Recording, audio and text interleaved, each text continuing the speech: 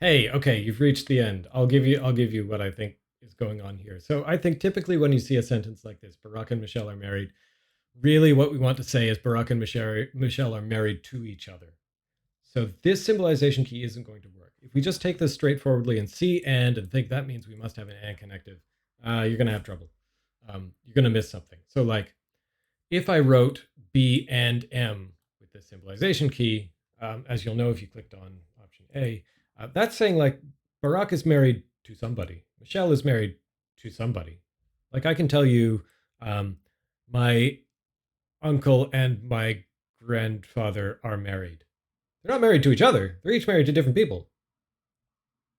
That's the sort of thing that we're expressing here. My uncle's married and my grandfather's married. But like if I say my uncle and my aunt are married, I probably mean they're married to each other unless I clarify. So I think in most contexts, something like this is going to be better.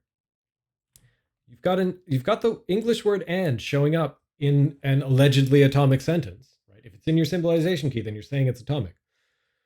When you say the thing's atomic, what you mean is this can't be broken down by means of connectives and smaller sentences, where those sentences are things that can be true or false. I think that applies here. So here's the thing. As much as I sometimes talk as if when we're putting things into TFL, you are being bleep bloop a robot.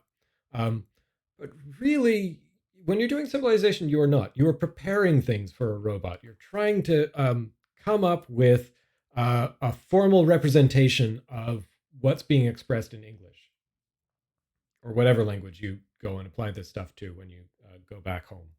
Um, yeah, so once you've got something in TFL, then somebody mechanical and robotic can test it to see whether it's valid. But figuring out what the natural language says, natural language being English or something else that natural people like humans speak, um, that takes finesse and that takes sensitivity and that takes the kinds of things, the kinds of skills that you have and want to develop as people doing some kind of humanities or social science degree. It's up to you to figure out when these symbols in TFL are appropriate for what the author of the English sentences you're reading meant. And if they meant Barack and Michelle are married to each other, then you need something like this. Okay. Well done. I'm glad you came through all this stuff. If you have questions, as always, get in touch. I will see you soon. Thanks, guys.